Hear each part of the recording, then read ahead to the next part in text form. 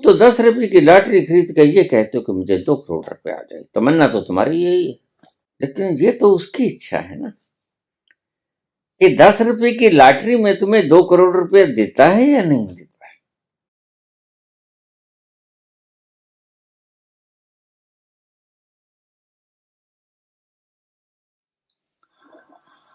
क्षमा किशोरी।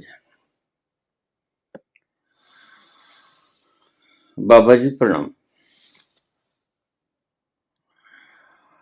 भगवान कृष्ण का एक श्लोक हमें फिर उलझा गया।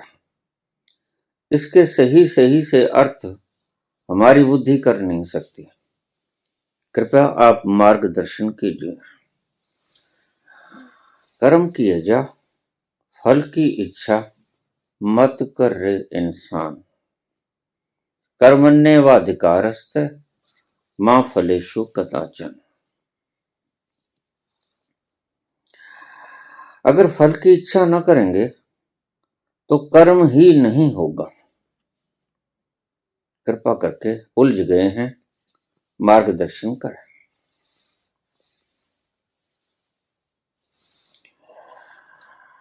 प्रश्न बहुत जायज है और अक्सर ये शब्द बोलने वाले इसका अर्थ नहीं समझते, दोहराते रहते हैं शब्दों को। कर्म किए जा, फल की इच्छा मत कर रे इंसान। कर्मण्येवाधिकारस्ते मां फलेषु कदाचन। जरा सोचिए कि अगर आप प्राइवेट नौकरी करते हैं और मालिक सुबह घोषणा कर दे कि भाई अगर तुमने कर्म करना है, काम करना है तो आ जाओ, लेकिन पगार तो मैं नहीं दूंगा, तनख्वाह तो मैं नहीं दूंगा, वेतन तो मैं नहीं दूंगा। और अगर आप सरकारी कर्मचारी हो और सरकार ऐलान कर दे कि अगर ऑफिस में काम करना है तो करो, लेकिन आपको वेतन तो नहीं मिलेगा, तो क्या आप वहां काम करने जाओगे? नहीं जाओगे। तो अब बताइए कि अब आप काम करने जा रहे थे तो उसमें फल की इच्छा थी कि नहीं थी? बिल्कुल थी। और जब वो फल खींच लिया गया तो आप जाओगे? नहीं जाओगे। तो कैसे फल की इच्छा के बगैर कर्म होगा कैसे? मालिक ने कह दिया कि काम करो अगर करना है, लेकिन वेतन तो नहीं मिलेगा। सरकार ने कह दिया काम करो, लेकिन वेतन तो नहीं मिलेगा। फिर आपका भेजा थोड़ी खराब है कि आप फिर भी काम करने जाओगे। नहीं, उलझ गई बात, और ठीक उलझ गई बात। फल की इच्छा ना कर रहे इंसान, कर्म किए जा। कर्म कैसे करेगा? फल की इच्छा पहले आएगी। पगार आप पहले देखोगे कि वेतन कितना है, यहां आवेदन करूं कि ना करूं। कोई प्राइवेट जॉब है, ये ज्वाइन करूं कि ना करूं, यहां कितना वेतन है, ये आप पहले देखोगे। फल आप पहले देखोगे। भगवान कृष्ण कहते हैं कि फल देखो ही मत, फल की इच्छा ना कर रहे इंसान। लेकिन कर्म किए जा, तो कैसे कदम उठेंगे कर्म करने के लिए? कदम उठेंगे ही नहीं, पहला कदम ही नहीं उठेगा अगर फल की इच्छा नहीं होगी। तो अब मसला अड़ गया। भगवान कृष्ण के इन शब्दों का अर्थ क्या है? पेचीदा मसला है। कहीं कोई गलती हुई है? भगवान कृष्ण तो गलती खा नहीं सकते। तो इस श्लोक का सही अर्थ क्या है? फल की इच्छा हम पहले करते हैं। हम ठीक हो जाएंगे, फला डॉक्टर से बीमार हैं, ये फल की इच्छा हो गई। दवाई लेने हम बाद में जाएंगे। हमने भूख मिटानी है, ये फल हो गया। रोटी हम बाद में खाएंगे। फल की इच्छा पहले आ गई और कर्म हुआ बाद में। लेकिन यहां शब्द बिल्कुल उल्टे हैं कि कर्म किए जा, फल की इच्छा मत कर। तो इसका अर्थ क्या है? आइए इन शब्दों की गहराई में चलें। एक मजदूर भी अगर काम करता है तो उसे पता होता है कि शाम मुझे 500-600 रुपया मिलेगा, उसे पता होता है, यानी फल का पता होता है। कर्म वो बाद में करना शुरू करता है। लेकिन इन शब्दों के अर्थ बड़े गहरे हैं। इन शब्दों के अर्थ ब्रॉड स्पेक्ट्रम में गहरे हैं।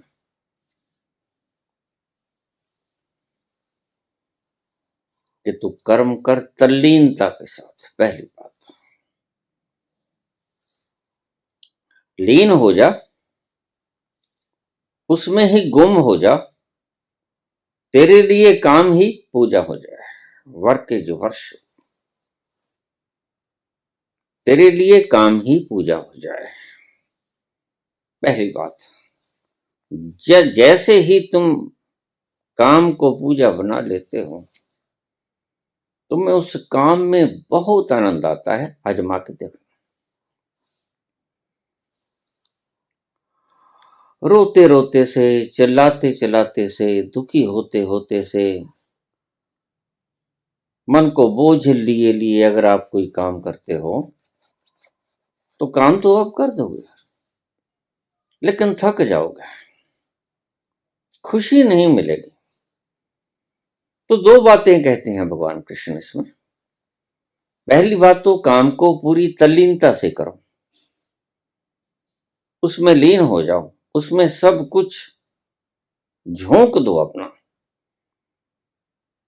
उससे क्या होगा? आपका आपा मिटने में सहायक होगी यह बात। किसी दिन ऐसी क्रांति भी घटित हो सकती है कि आप किसी भी काम के भीतर तल्लीन हो जाओ, और इतने तल्लीन हो जाओ तो बस काम हो गया।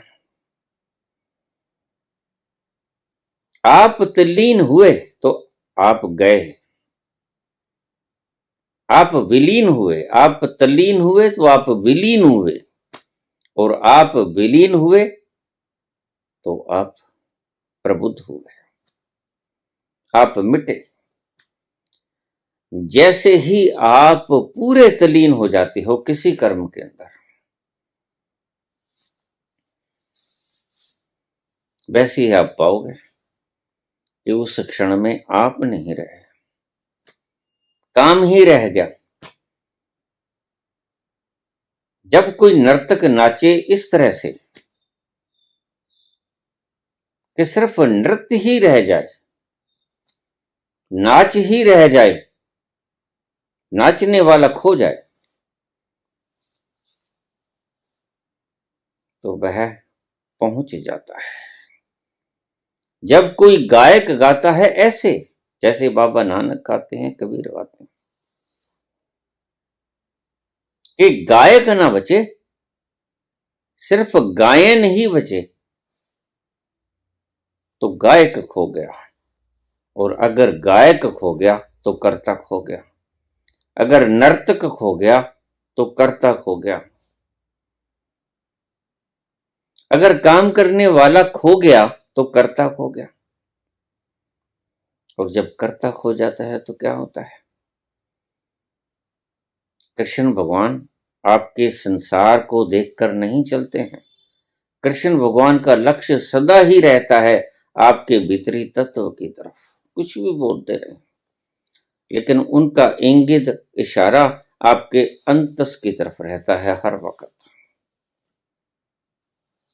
पहली बात तो ये कहते हैं, दो तरफा आपको बात को समझाने की चेष्टा करते हैं कि कैसे तुम उस तत्व तक पहुंच सकते हो। कर्म करो, पूरी तल्लीनता से करो, पूरे डूब जाओ, विलीन हो जाओ, घुल जाओ उसमें, तुम बाकी ना बचो। 100% कर्म ही रह जाए, कर्ता खो जाए। नाचो तो नृत्य ही रह जाए, नर्तक खो जाए। गाओ तो गायन ही रह जाए, गायक खो जाए। अगर तुम ऐसे कर्म कर सकोगे कि कर्ता खो जाए, कर्म ही बचे, तो आप जरा नजारा देखना। आपको नजारा अब तक ये मिला क्यों नहीं? क्योंकि आपने कभी पूरी तल्लीनता से कोई भी कर्म आज तक किया नहीं। आपने बटे बटे से काम किया है। थोड़ा ध्यान उधर भटका लिया, थोड़ा उधर भटका लिया, थोड़ा काम में रख लिया, बटे बटे से। कई जगह पे होता है तुम्हारा ध्यान, तुम काम भी करते हो और दिमाग में विचार भी चलते हैं। तुम काम भी करते हो और आपको आने जाने वाले की खबर भी रहती है कि कौन आया कौन गया। तुम काम भी करते हो तो मालिक क्या बोल रहा है वो भी कान सुनते हैं। तो आपका ध्यान चाहे अनचाहे कई तरफ रहता है। आपकी सारी इंद्रियां काम करती हैं, खुली होती हैं। तुम काम भी करते हो और तुम्हारी इंद्रियां बाहर से एक्सेप्ट भी करती हैं। कोई सामने से गुजरा, आपको पता चलता है कौन गुजरा। कोई पास आके किसी ने कोई सुर छेड़ा तो आपको संगीत सुनता है।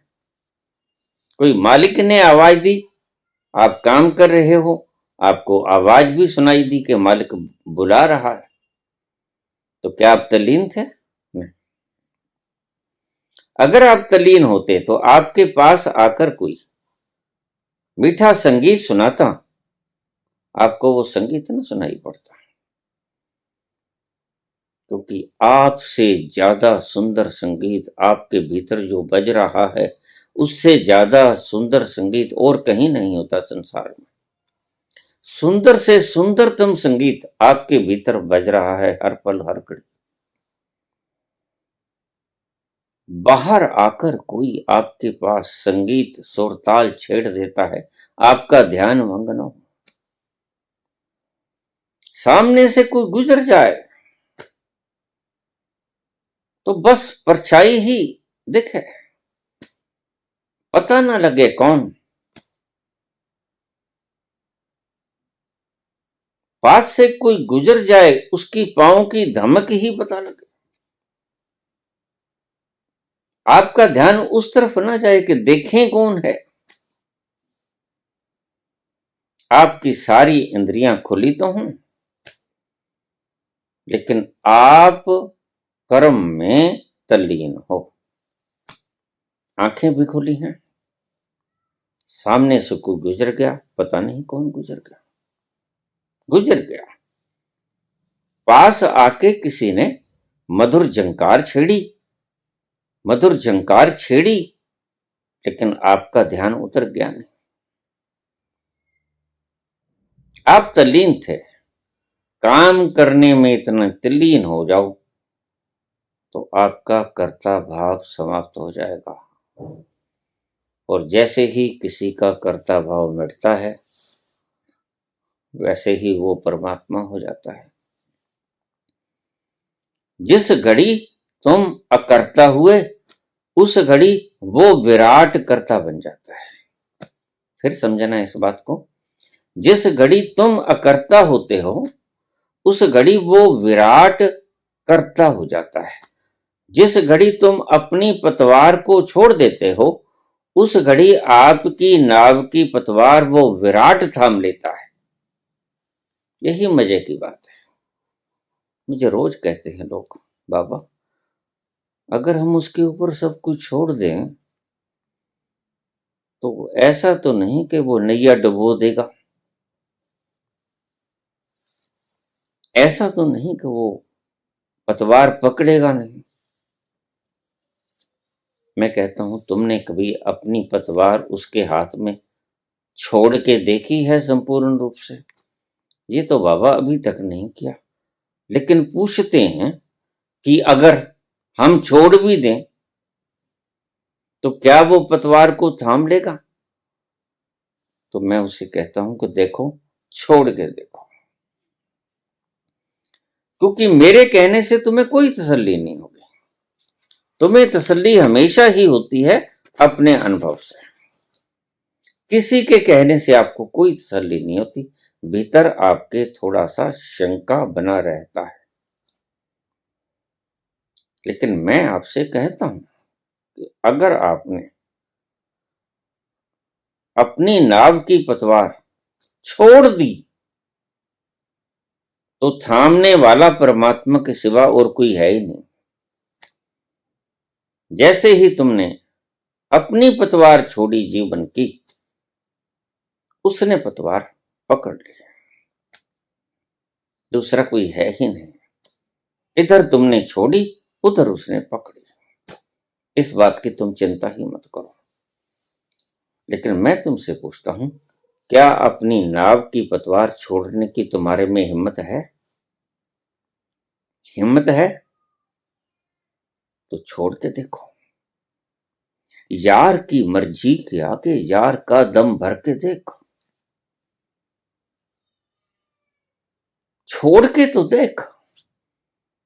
अर्ज़े उल्फत कर चुका है। संसार से तो प्यार बहुत कर लिया, अर्जी प्यार तो बहुत कर लिए, ये भी उल्फत करके देख। जरा इधर भी उल्फत करके देख ले।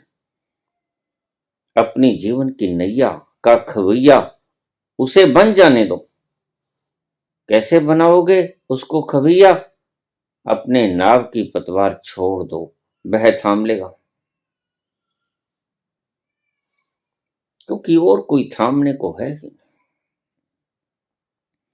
पहली बात तो ये सिखाई थी भगवान कृष्ण ने, कर्मण्ये वाधिकारस्ते।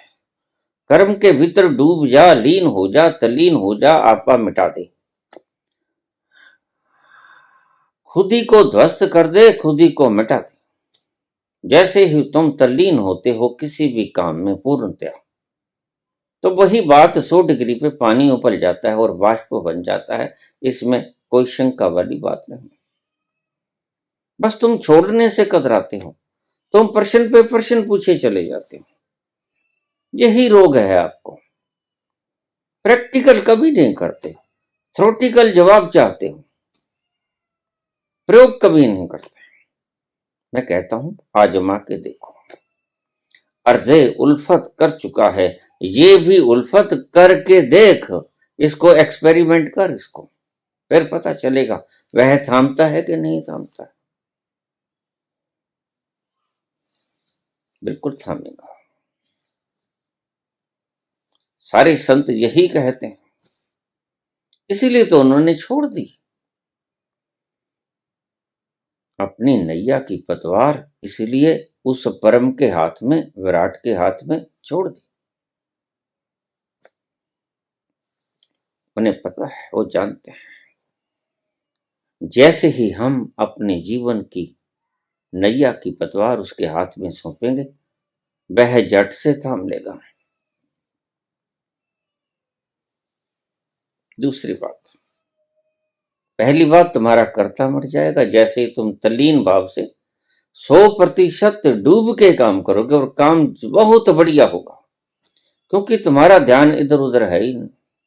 कोई आया कोई गया, क्या फर्क पड़ता है? आया है गया है, इंद्रियों में थपथपाहट हुई, कोई इमेज सामने से गुजरी, कोई पग ध्वनि कानों में पड़ी। लेकिन महात्मा बुद्ध एक रात, पूर्णमासी की रात, वृक्ष के छाया तले बैठे। वहां से कोई दौड़ता हुआ जा रहा है। एक व्यक्ति, और थोड़ी देर बाद वहां 5-4 व्यक्ति और आ जाते हैं।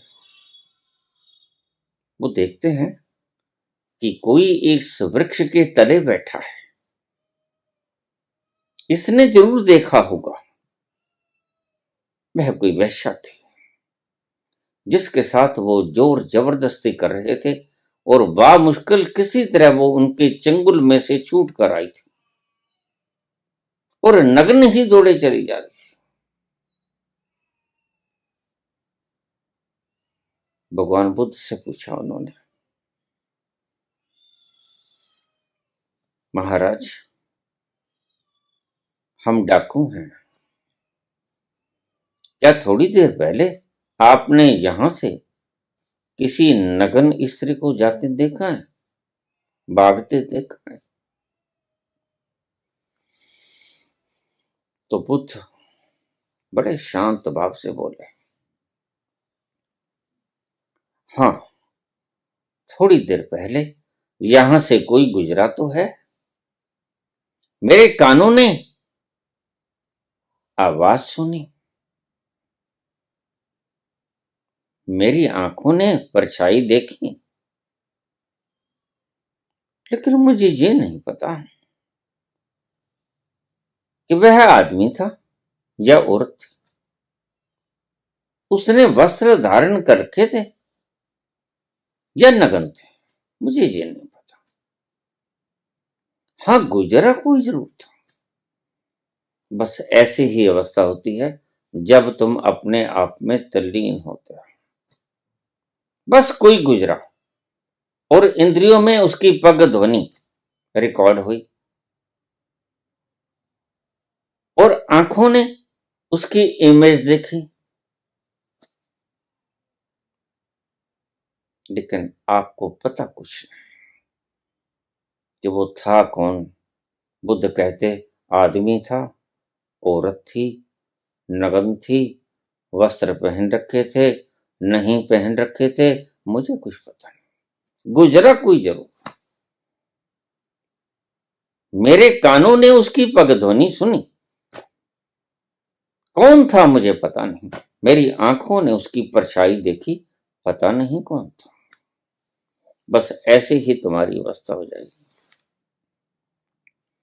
तो पहली बात तो जो भगवान कृष्ण ने इस शब्द में कही, श्लोक में कही, कर्मण्येवाधिकारस्ते, तुम्हारा अधिकार सिर्फ काम करना है। तुम जब काम करो तो काम ही हो जाओ। तुम जब काम करो, ध्यान से समझना इस बात को, तो कर्म ही हो जाओ, करता ना रहो। और जैसे ही करता ना रहोगे, बात बहुत गहरी है। जैसे मैंने कल के प्रवचन में कहा कि दुख को स्वीकार कर लो, बड़े आराम से कह दिया। मृत्यु को स्वीकार कर लो, बड़े आराम से कह देते हैं गुरु गोरखनाथ, मरो हे जोगी मरो। और बड़े आराम से दुखों को स्वीकार कर लेते हैं महात्मा बुद्ध, भगवान महावीर। लेकिन तुम्हारे लिए करना बड़ा मुश्किल है। तुम्हारे लिए उत्पात मचा देगा ये, तुम्हारा मन कुरलाटे करेगा, तुम्हारा मन छोड़ने को तैयार ही नहीं होगा। वो कहेगा नहीं नहीं, मैं अपनी बुद्धि से चलूंगा। तुम तो मुझे दुख में लेके जाते हो, तुम तो मुझे मृत्यु में लेके जाते हो, और मैं तो मृत्यु से बचना चाहता हूं, और मैं दुखों से भी बचना चाहता हूं। मैं कोई पागल थोड़ी हूं। और जिसकी बात तुम करते हो कि आनंद मिलेगा, रस मिलेगा, उसको मैं कभी जानता ही नहीं। पता नहीं मिलेगा भी कि नहीं मिलेगा। तर्क उसका बिल्कुल ठीक है। बुद्धि के तर्क ऐसे ही तर्क होते हैं। अज्ञात की राहों पे हम क्यों चले? अज्ञात की राहों पर हम क्यों चले? हम ज्ञात की राहों पे चलेंगे। उबड़ खाबड़ जंगलों के अंदर, ऊंची नीची माटी के अंदर पांव न रखेंगे। हम राजपथ के ऊपर चलेंगे, जहां सड़क बनी हुई है तारकोल की, उसके ऊपर चलेंगे, जहां सब पता है, माइलस्टोन लगे हुए हैं, कौन सा शहर कितनी दूर है, वहां चलेंगे। हम क्यों चले अज्ञात राहों पे? पता नहीं, आगे मिले मिले ना मिले, धोखा ही ना हो, ये संत लोग हमें धोखा ही ना दे रहे हो, पता लगता है। इसलिए बुद्धिमान व्यक्ति, शब्द समझ लेना, बुद्धिमान व्यक्ति कभी अज्ञात राहों पर चलने का रिस्क नहीं लेता। इसलिए बुद्धिमान व्यक्ति संतों को भोंडे भोंडे कमेंट करेगा,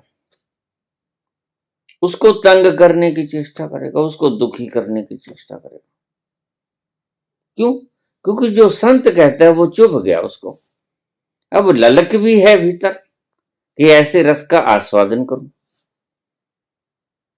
और चल भी नहीं सकता अज्ञात राहों पर, मजबूरी है, क्योंकि बुद्धि नहीं मानती, बुद्धि परमिशन नहीं देती कि तुम अनजानी राहों पर, जो जानते नहीं पहचानते नहीं, तुम तो जाने अनजाने पहचाने लोगों के साथ चलने में भी कतराते हो कि पता नहीं कौन है भाई,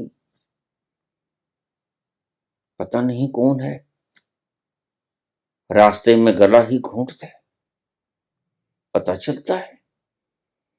अज्ञात राहों पर समझदार व्यक्ति, बुद्धिमान व्यक्ति चलने से स्पष्ट मना कर देगा, मैं नहीं। इसलिए जितने नास्तिक हैं, मौत से डरे हुए लोग हैं, और मौत से डरे हुए लोग अक्सर नास्तिक हो जाते हैं। वो कहते हैं हमने मरना थोड़े है, तुम कहते हो इस राह पर चल पड़ो, इस राह पर पहले हम कभी गए नहीं, अज्ञात राहें हैं, और तुम्हारे स्वप्न बड़े सुंदर है, तुम्हारी आवाज में बड़ी छनकाट है, तुम्हारी आवाज में बड़ी मिठास है, बड़ा रसास्वादन है, लेकिन हम क्या करें उस रसास्वादन का? हो सकता है तुम धोखा दे रहे हो। बुद्धि सदा ऐसे ही तर्क करती है, और तुम बुद्धि के तर्कों से प्रभावित हो जाते हो, तुम चलते ही नहीं। इसलिए बाबा कहते हैं कोटिन में कोई एक चलत है, बाकी तो कोई ना कोई बहाना ढूंढ लेते हैं, नहीं हम अज्ञात मार्गों में नहीं चलेंगे, अंधेरी रात है, अमावस्या की रात है, मेघ छाए हुए हैं, काले तूफान चल रहा है, ऐसे में हम अज्ञात जंगलों में चलें, हम कोई पागल थोड़े हुए हैं, नहीं हम नहीं जाएंगे, तुम जाओ। कोटिन में कोई एक चलत है, और जो चलता है एक, बाबा कहते हैं कोटिन चलत, पहले तो करोड़ों में कोई एक चलता है, फिर जो करोड़ चलते हैं, कोटिन चलत एक अब पहुंचते हैं, उनमें से एक पहुंचता है। अब आप रेशो निकाल लें, कोई किसी बहाने से वापस मुड़ जाता है, कोई मुझे तो मौत ने बड़ा डरा दिया था, मुझे तो बाबा मेरी तो हार्ट बीट बहुत बढ़ गई थी, मुझे तो पसीना बड़ा आ रहा था, मेरा तो सारा शरीर कप रहा था, मेरी तो सांस बड़ी तेज चल रही थी, मुझे तो ऐसा लगा अब मरा कि तब मरा। मेरे पास रोज ऐसे कमेंट आते हैं, बाबा ध्यान का खाक करो, मुझे तो डर बड़ा लगता है। मैं कहता हूं तुम इस डर को पार कर लो, इस डर को एक्सेप्ट कर लो। जैसे ही तुमने इस डर को एक्सेप्ट किया, बस आगे की राहें बड़ी सुंदर और स्वादिष्ट और शहद जैसी मीठी हो जाएंगी। जो गूंगा गुड़ खाई के कहे कौन मुख स्वाद, बस उसका स्वाद कहा नहीं जा सकता। एक तो ये अर्थ था भगवान कृष्ण के श्लोक का कि कर्म के भीतर तल्लीन हो जा, लीन हो जा, डुबो दे अपने आप को, और दूसरा कर्म में तो डूब जा, मां फलेशु कदाचन, कर्म में डूब जाओ, फिर जो फल आएगा, जो भी फल आएगा, वट एवर इट इज, उसको पूर्ण हृदय से स्वीकार कर ले। Accept that whatever it is, जो भी फल आए स्वीकार कर ले। तुमने कोई कारोबार किया, कारोबार में फायदा होता है, तुमने शुरू कर दिया कारोबार, और कारोबार तल्लीनता से किया। भगवान कृष्ण का पहला उपदेश यही है कि तल्लीनता से काम करो। और दूसरा, वो कहते हैं जो फल आए उसमें चुटर मुटर मत कर, चू चू मत करना, कोई शिकायत मत करना कि ये तो गलत कर दिया भगवान, तेरे घर कोई न्याय नहीं है, इतनी मेहनत की मैंने महफिल सजाने की, इतनी मेहनत की मैंने दुकान के ऊपर दुकान को कामयाब करने की, लेकिन हाथ लगा घाटा।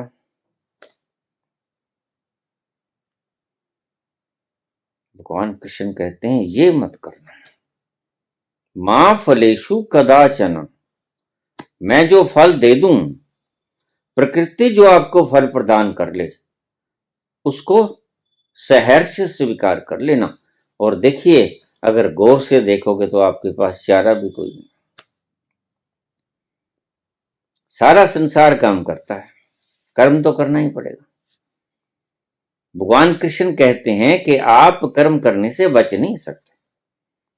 पलक भी झपकोगे, हाथ भी उठाओगे, चलोगे भी, देखोगे भी, कानों से सुनोगे भी, कर्म तो करने से आप बच नहीं सकते।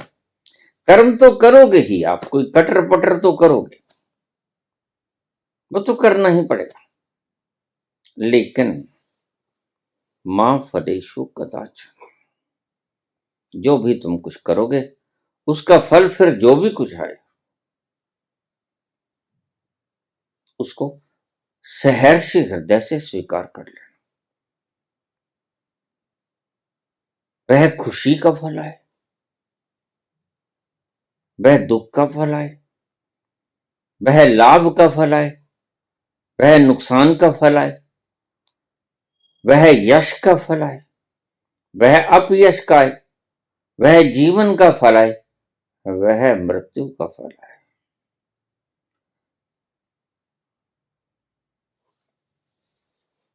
भगवान कृष्ण के शब्द बड़े छोटे हैं, लेकिन वो निभाने इतने मुश्किल हैं कि आप सोच ही नहीं सकते, इसलिए आपकी समझ से बाहर हो जाते हैं। तो कृष्ण कहते हैं कि कर्म भी कर, पूरी एकाग्रता से कर, पूरी तल्लीनता से कर। कर्म तो तुझे करना ही पड़ेगा,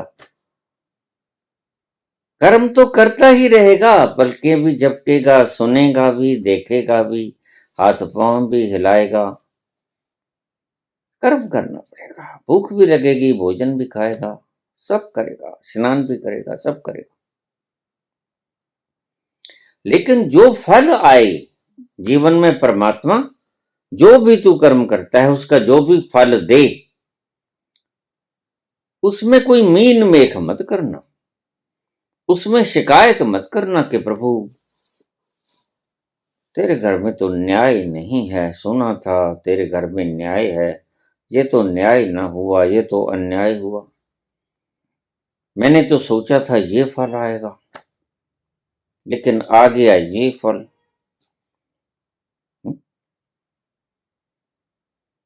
ये कुछ मत करना। कृष्ण कहते हैं कर्म तुझे करना पड़ेगा, कर्म कर, लेकिन फल मैं तेरी इच्छा के विपरीत दे दूं या तेरी इच्छा के अनुकूल दे दूं, उससे तुझे कोई फर्क ना पड़े, तो उसके माथे से लगा ले जो भी मैं फल दे दूं। जो भी मिले, तू इच्छा कुछ भी किए थी, अगर उस इच्छा के अनुकूल आ गया तो भी ठीक, अगर उस इच्छा के विपरीत आ गया तो भी ठीक। अगर ऐसा कर पाओगे तो इस श्लोक का मतलब समझ पाओगे।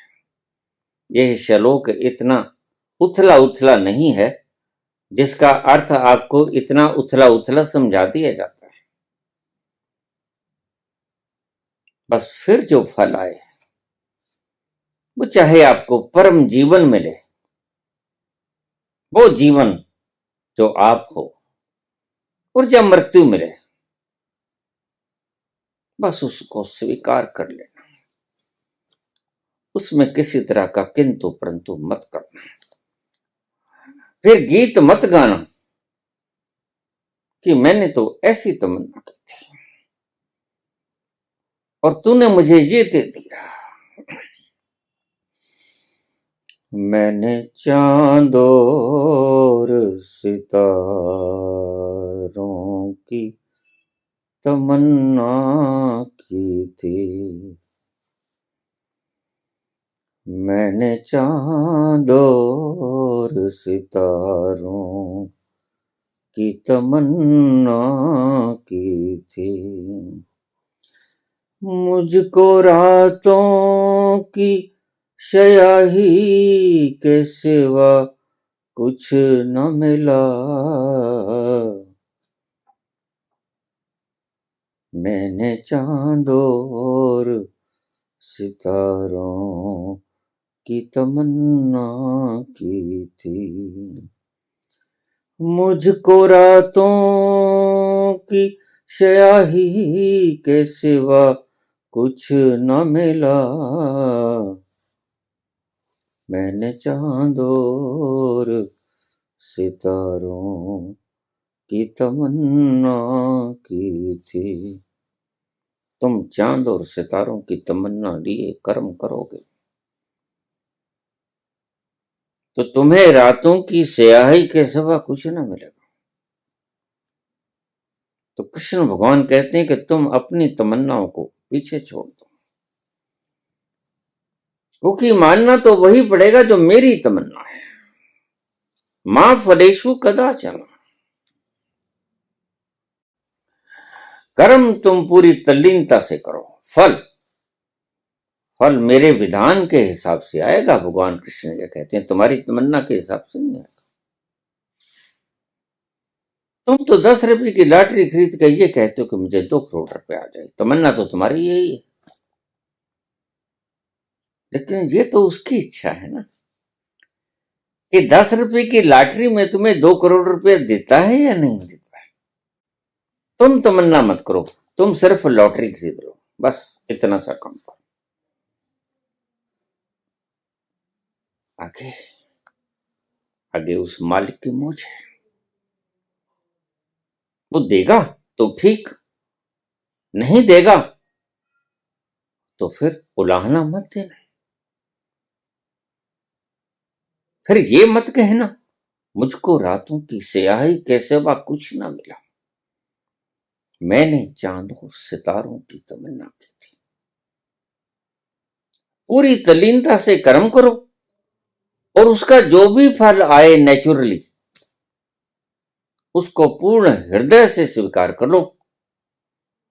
इस श्लोक का परिपूर्ण अर्थ ये था, कर्मण्येवाधिकारस्ते मा फलेषु कदाचन। धन्यवाद।